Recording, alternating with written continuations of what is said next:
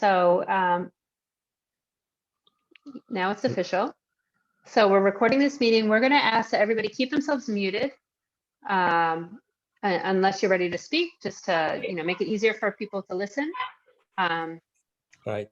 But we're going to start off with the Mayor's Office of Arts and Culture. We're going to give some introductions, and then we're going to go over the Transformative Public Art Program, and then we're going to go into the call to artists, and then we're going to take questions and answers and do our best today.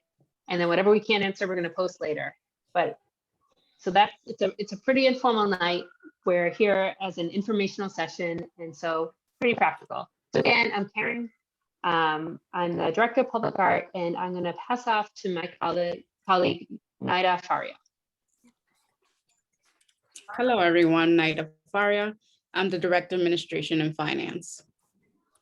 And I'll pass it to Sarah. Everybody, I'm Sarah Rodrigo. I'm the Public Art Project Manager for the Mayor's Office of Arts and Culture. Welcome. Okay, so thank you all for being here tonight. We are going to share our slides. And again, we're going to walk through the call. We'll try to do it pretty quickly, and then we can all just have conversation and you all can ask us questions. And please feel free to pop questions into the chat as we go. We have just a few images of different public art projects happening across the city. We have a broad presentation that we usually give about all of that, but we're not going to do that tonight. We're just going to focus on the call at hand, and we're going to walk through that and take questions. Again, we'll be sharing chat links in the chat as we go, and then we'll have a Q&A, and then we'll do our best to answer your questions, but we'll keep them to respond to in an FAQ that will be posted online on May 29th. And our intention there is that not only we share them with you, but other people who probably have the same questions you do. Just to tell you a little bit about the Transformative Public Art Call. This is a fairly new program for us. I think we're in our third year officially for Transformative Public Art, and we have been funding a bunch of different kinds of projects. A lot of murals. Here's one that we funded in particular, and then some others that have happened in the last year. Transformative artists have been hosting online events and implementing projects throughout June and early July. Last year, 24 projects were selected as part of Transformative Public Art, and in addition, 2 murals that had been funding in 2019 were completed last summer. And we, really shifted that program as part of our response to COVID, and not really knowing, what public art needed to be for us in the moment that we're in. But we did understand that public art needed to take new and different forms. And through the call that we put out, we really wanted to expand the concept of public art, move away from sort of object in space that everyone was gathering around, and understand where we all were in a difficult and uncertain time. And so we were really looking for projects that responded to COVID-19 and had creative approaches to how to keep us connected during that time. And so we were doing a lot, online and cyber, and doing murals like from a distance, and really appreciating the possibility through the Transformative Public Art Call for its flexibility and ability to respond to our community's needs at that time. And so this year, we were thinking again that we were under a lot of the same stresses that we had been in the previous year, but we're in a different time where we're not just dealing with our uncertainty around COVID and our demand for social justice and improvement to our communities, but we also want to take moments for gratitude as well as mourning. And so this year, the Transformative Public Art Call is falling under Mayor Janey's Joy Agenda. And so as we're reading through the call, we'll see some of that.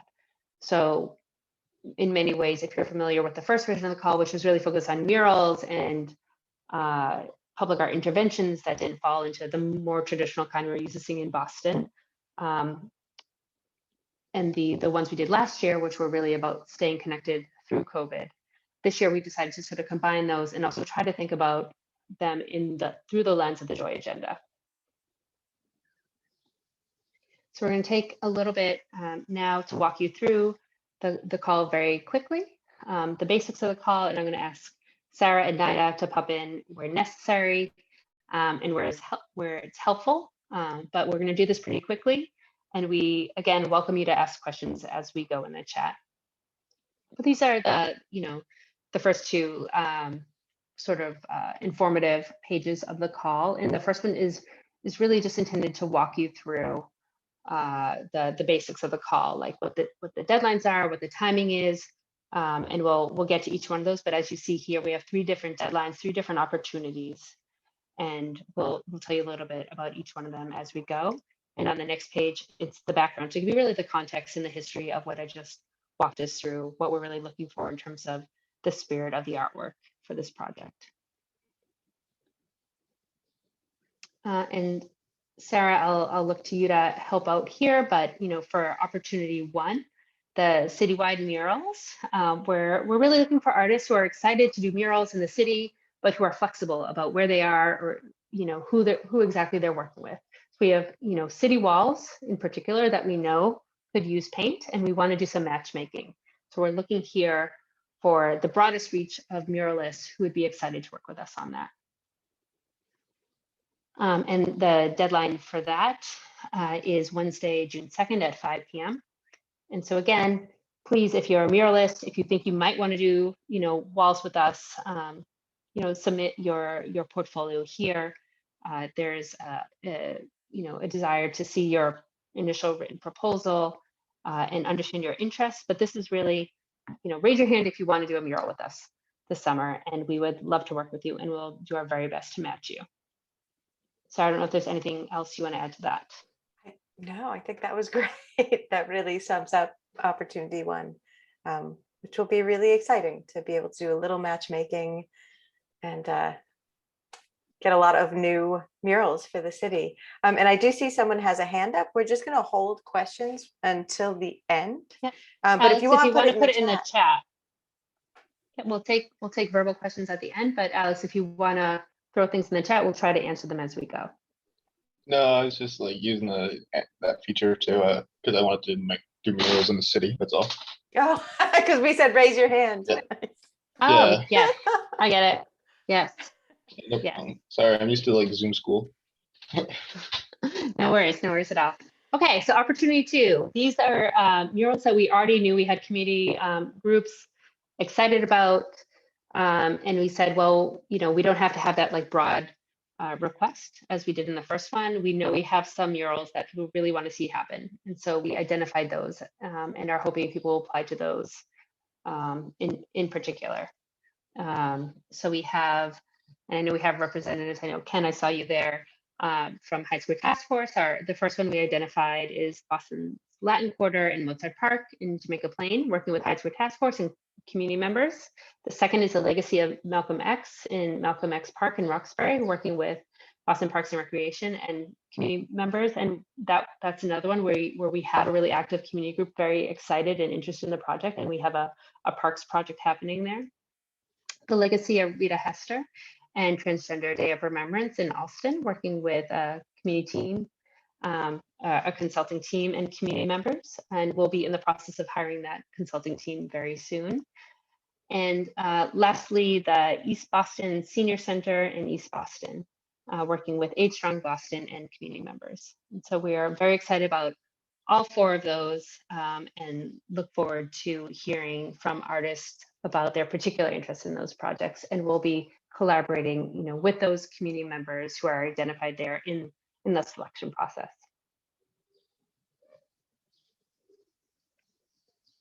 And the deadline for that is June 16th. So that one, since it is very particular, we wanted to give a little bit more time for that one. And opportunity 3 is Your Joyce. That is more similar to what we've done in the past. So we wanted to be able to keep that openness. If you were interested in a mural, you could still apply to this one. Like if you had a site in mind and you have your idea developed, you can propose it here. If it's, if you don't have the flexibility that we're asking for in the first one, you can propose that here. But really, we were hoping, largely with this one to keep it open to other kinds of public art that people might still be interested in proposing through this project. We saw a lot of really interesting ideas last year that could be continued We'd also funded some later projects last year that could be funded through this version of the call.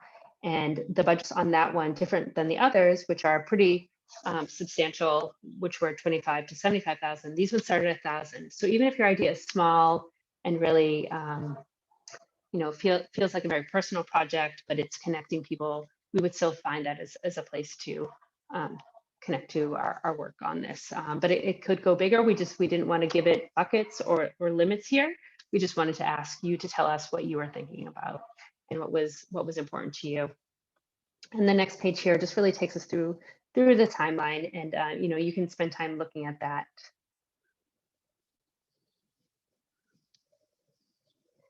And then the next couple pages are just telling you what you need to apply. We're happy to go over this with you, but your artist organizer description, the statement of interest, and initial written proposal, your work samples. We would recommend you spend a lot of time, thinking about what you're submitting in your portfolio, making sure they're really strong. Like include your strongest work. If I would say less is more in terms of the work you submit. And then annotated image list to tell us what you have submitted, and be careful, like if you were partnering with other people, be very specific to tell us what your role is. If you are supporting artists on a project and it's a different lead artist, please share that. And then an itemized budget, which we asked this year, we're asking for that in a narrative form, which is different. We're trying to be very open to understanding the way you might be thinking about how you're developing your budget. And NIDA is here to talk to us about questions around budget, and also the diversity and inclusion plan. And so NIDA, if you have any questions about that, NIDA can also answer those for us tonight. Karen, I'll just add that for the budget, we included a sample of the type of narrative that you might submit, and that's on the submittable form. So I do strongly recommend that everybody visit the submittable form before you even start pulling all of your documents and images together, just to see it gives a little bit more detail of what we're asking for on the form itself. There's some instruction, that's a little more specific. Yeah, and I saw that there's a question. Thank you, Sarah, for opening up the chat. The question about, are we asking for designs? We're not. We don't want you to do any design work yet. We do ask for written proposals. We have to do that because of the way we do procurement. But we want a written proposal about what you think you want, and that'll be really helpful for us in thinking about like where a good match for you would be. But we don't want any design work from you yet. That will happen later on.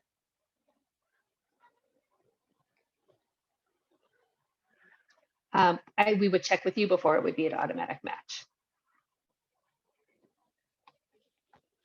And the criteria, just going through what we really are looking for, letting you know how would we have a review committee, like what we're going to say, this is what you should be looking for in all of these. And I think on the first call, it's really about, does this person have a strong portfolio? Can they do this work? And I think for the other ones, it's going to be, about the portfolio, but also about like, do they feel a connection to this work? Are they excited? Are they making connections to the themes of the project? And again, for no thank you, we don't want the designs yet. We're not looking for that right now. And also, again, please be clear, like don't submit work if it's not yours. And if you collaborated with someone, just let us know exactly, what your role was, so we understand that. Sometimes we see like artists submit very similar portfolios and it's not clear who did what. So it's just very helpful to have that explained. And the next page there is just, directions to how you got here tonight and where we'll be putting the FAQ in the future. And a little bit about us and the appendices, which I think we'll be able to get into a little bit. NIDA, I think that might be your area if you'll have questions. These are forms that we may need to fill out as we go forward if you are selected. Okay. And I think now we're ready to go into question and answer. So please raise your hand, Zoom wise, or just shout out if anyone has a question. Yeah, Karen, I have a quick question. Sure.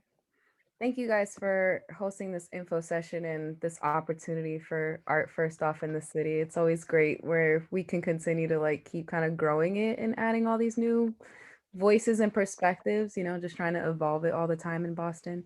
I know you kind of mentioned it, but I was just kind of wanting to like look into it a little more. You said that you would discuss it with the artist before it was an automatic match, correct? So like, Yeah. Is it possible, or I guess, would that be something that we could probably say like in the proposal of not a specific area or anything, but like how we would want to be connecting our artwork to certain areas and like the importance in that, you know what I mean? Like I'm from Roxbury originally, but I'm Latina and Caribbean. So I would, that as well as my artwork. So I would want to really consider like the communities that are around it as a public artist. So don't know if like I should mention that in the proposal or possibly after if that was the case. I'll say I think you should. I think you should let us know if this is an absolute or like you'd be willing to talk about other things. Like, because we could come back and say, hey, like I heard you're interested in this. What do you think about this? This is like another reason why this could be cool for you to do, right? Like this is, you know, we're probably seeing like, you know, different properties owned by Boston Housing Authority or different things that like might have opportunities that like might not sound like a neighborhood initially that was interesting to you. Sure. But we might say like, you know, Rixie, we think this would be cool. Are you willing? Or like, please, would you consider this? Right? Of course, I would be flexible. I'm always flexible at the end of the day, but I didn't know if that's something that I wouldn't want to make it sound like, oh, you can only put me in this area. But obviously, like I would want to really consider the community, you know, like not to just be thrown in a certain area without like at least looking at that layer for myself. So, okay, that makes sense. Thank you for that.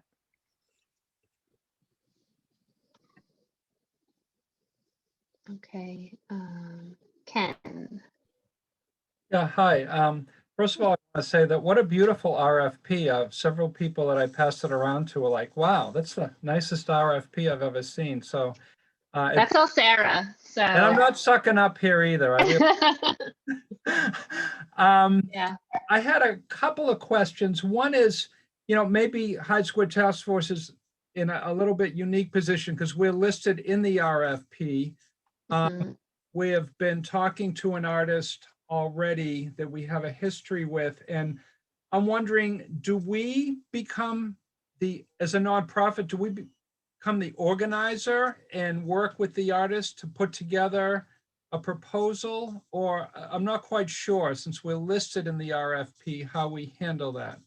Yeah, I mean, I would say that the artist should be submitting their portfolio and their idea of what they want, and you know, we'll work with you on selection. I would say the real development of the proposal can come, you know, after they're selected, and we can support it going forward. I think, you know, on a lot of these people might have, you know, ideas of which way it will go, but what we want to get through, you know, first is just, you know, that pairing up of, you know, artist and community. And so what we'll do is we will, you know, work with you to form the review committee, make sure everything's a good fit, and then support you in really figuring out how we support your project. And, you know, I know with yours, there's a wall that, you know, we need to figure out how to repair. So there might be some things for us, you know, between yourselves and ourselves and the Parks Department that we need to work out before like saying to the artist, like, this is what, you know, we hope, you know, to contract with you to do. Yeah. Okay, so then Hyde Square Task Force should not submit a proposal now, but the artist should. Yes. Okay. And yeah, we'll have other questions later. Hi, Night. Yeah. We'll have questions there, but I don't think we need to get into them tonight because, you know, just to know, we'll have artists. We'll have we're hoping to have some youth artists working on it, and then, like you said, we also need a vendor or someone to do some work on the wall as well. But you know, we'll probably get into those questions later down the road. Yeah. I'm sure Nida could spend hours talking about all of those forms that I saw. Yeah. But I don't want to. Yeah. I don't want to do that if we don't have to right now. No worries. Thank you. Okay.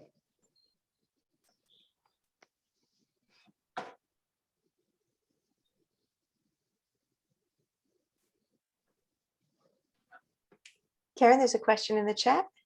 Oh. If we're budgeting for murals, we would like to help fund. Is there a cost per square foot we can use as a benchmark?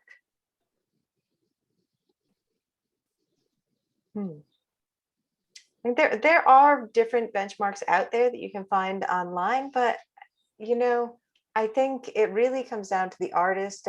It's hard to price a mural per square foot in my experience, because every artist has such a different approach, and their work may be much more detailed, or really broad, or they may need different types of equipment and things like that. So I think it's oh, and I see that was direct to me, so I apologize, you can't see it. So I would say it's really up to the artist to price their work accordingly. And I appreciate that that's difficult with Opportunity One when you don't have a wall to work from, right? So yeah, I think we need to think a little bit more about this and what kind of guidance we can give. Yeah, so that's a good one for us to get back to on the FAQ. Oh, can I add to that question? Sure. That was a pretty good question when it came to budgeting. And also, I don't know how to take my hand off of the. Oh, I can do it I for can you. do it. Yeah. Okay.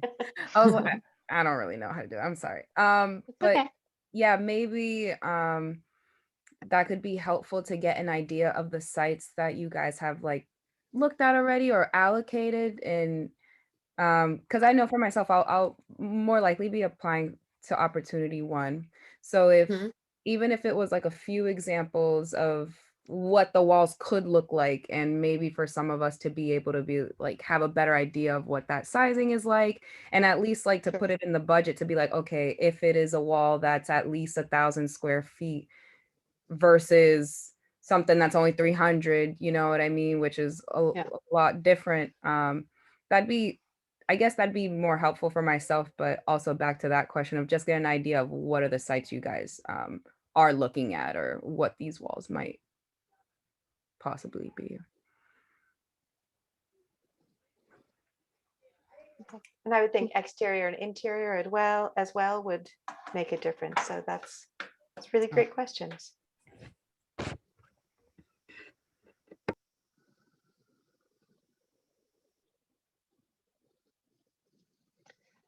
I'll say, Olga, we saw your chat. I think we'll end up directing you to our Director of Communications, and she will get back to you. Thank you so much. I really appreciate that. Yeah, thank you. So I'll just copy your message and send it to her.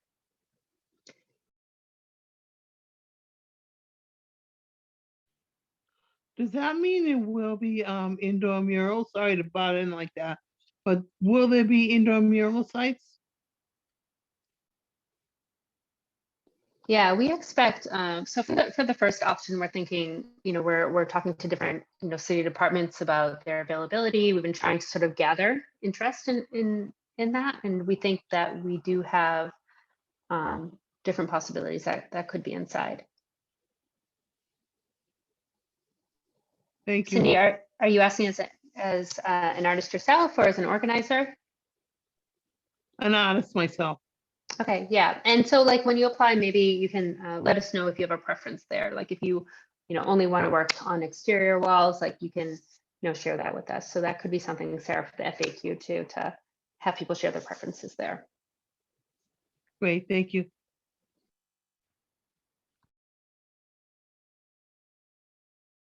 To John's question, are you only looking for city sites for public art projects? No. So on the third call. So that's open to all sorts of different sites. The first one, where we're not asking you to identify locations, we'll be looking at city sites primarily for that. So we're reaching out to our colleagues and friends at the city and saying, hey, we know artists, you have walls. What do you think? Like, can we match up? So that's where that's coming from. But the third option is really for you to tell us, that a wall and you know the owner and they're interested in working with you on this wall. Can we help support that? But for that, you would have to secure the site. And for others, I know this is very new and intimidating, and we're really happy to keep walking you through this. If you're an artist who hasn't done this sort of process before, we do have another one of these events coming up. We are going to do our best to answer your questions in the FAQ and share that all out. But I will say, just make your best effort at the application form. I think what we're really looking for is people who want art, in their community, or who want to, share their art with the community and to speak to the moment that we're all living in right now. So if that's, where you're coming from, I wouldn't worry about getting it all right. It's really about whether you really believe in public art and you want to, help share it with people.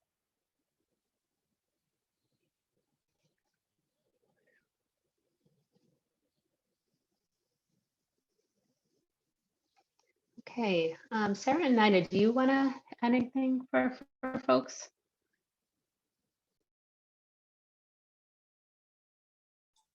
Just for the budget piece and the contract, if funded, the forms attached to the calls are only applied to opportunity 1 and 2, and they may seem scary to most people, filling out contracts with the city of Boston, but Sarah and I usually walk our artists through the whole process, so you wouldn't be left alone signing documents that you might not know the definition of what it means. So that's a process that we take serious, and we take one-on-one time to making sure that you as the artist understands your right and payment schedules and just the work in general. So you're not going to be left alone in the process.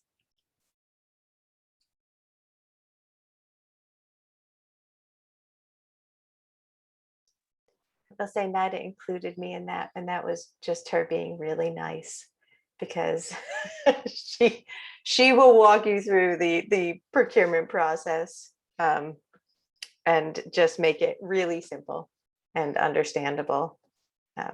It's really, and she's an excellent resource for all of our artists. And that reminds me too, we also have the artist resource desk, and our colleague Julia is always available for advising artists in general on projects and professional development and things like that. So maybe we can share some of her information as well.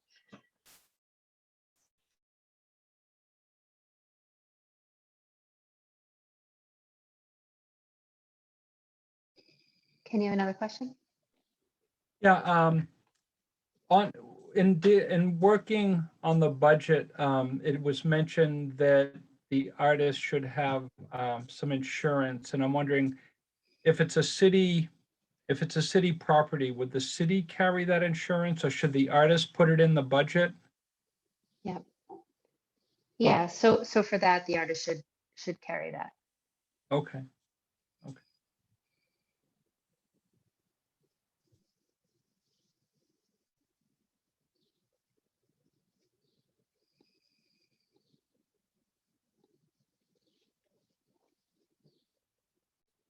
Okay. Alex, I know you had your hand raised. You were enthusiastic before. Do you have any other questions for us?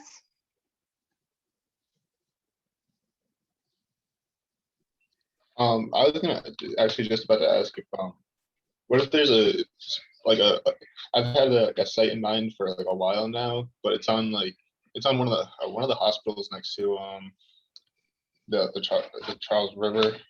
But it's like a huge cement wall that to me it's just like overly blank. So like I long time thought to have like huge mural on there. I have no clue how I'd go about that. So but I think you kind of answered that question earlier with just being the resource to help guide those answers. but yeah, I think that would be like a really cool project of mine. But I think that just kind of correlates to like the third application process. Yeah, so I think like this could be an opportunity for you to share this link to, that hospital if they have like outreach folks, or, they have someone who does community work on their staff that you can find online and say, hey, I saw this, I'm interested in doing a mural. What do you think about applying? I think this could be an opportunity for you to send it to them and say, like, the city's paying for projects like this. Would you want to work with me on it? And Okay. then you would apply to opportunity 3. All right, so that sounds good. And I would say, like, if you're not finding a site, apply to opportunity 1. Yeah, I mean, I was definitely going to fill out that application. Yeah, I do have like some sites in mind throughout the city though for like much larger murals. I think that would be. I'm from Massachusetts. I moved to Rhode Island for a while. I lived in Rhode Island like a good majority of the time. So Providence is like loaded with murals. And I think Boston's like could also like do the same. Like we got a lot of wall space that could be covered. Yeah, that's true. We think so too. Mhm. Yes, and you can apply to all 3. I think, you should consider that, especially if you're, making a reach with that third one. You're not sure it'll work, apply to the others as well. All right, thank you. I just wanted to thank you for the overall presentation.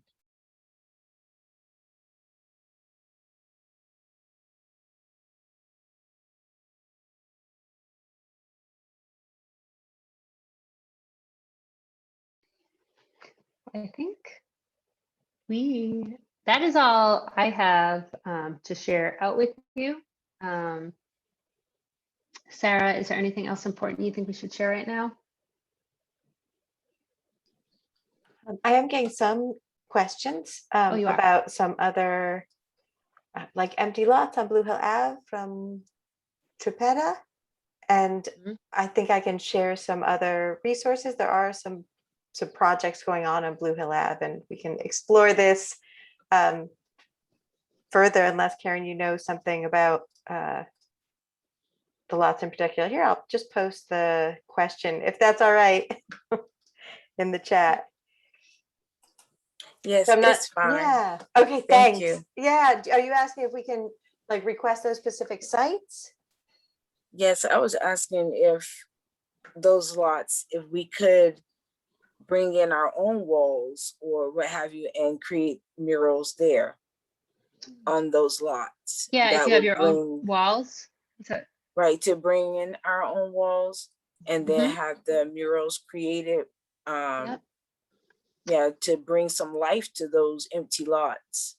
Yeah, so that, I think you should look at opportunity 3 for that one, if they're privately owned in particular. If they're city owned and They're we city haven't thought of them, yeah, like put those in. Okay, great. Thank you. Yeah. This is a call where we understand there are a lot of walls out there. There are a lot of artists, and we're trying to find ways to bring them together through different sources. We're looking at using different funding sources for this. As I mentioned, we've had different versions of this, and we want to be receptive to the moment we're in right now, the needs of our community, but really we see this as a collaborative process, and we'll do our best to work with you to bring art to the city. And again, we've been talking a lot about murals. They are incredible, but this is not a call purely for murals. For opportunity 3, you can propose other projects. You can do, installations, you can do sound. We saw some really wonderful projects out there. You can visit our website and see the projects we funded last year. They included music, they included plants, they included a lot of really creative solutions to finding human and community connection at a time when we're all feeling, that we were in an unfamiliar version of our world.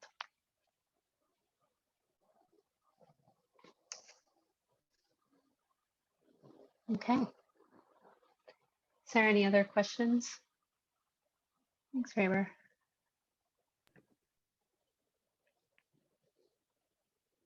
There was another question about writing a proposal, and so we'll add some potential resources to the FAQ just to help with guidance. But I want to reiterate again what Karen said, which is, to speak from the heart, do your best proposal. There's no specific format that we look for. We look for the artist to tell us about their work and what they envision. Yeah, sometimes what I think is helpful is if you sit down with a friend and tell them what you want it to say and just have them write down what you say, right? Well, I want to say this, but I want to say in this particular way, but like have them write down what you're actually trying to get across. And oftentimes that's the clearest, best version of what you want.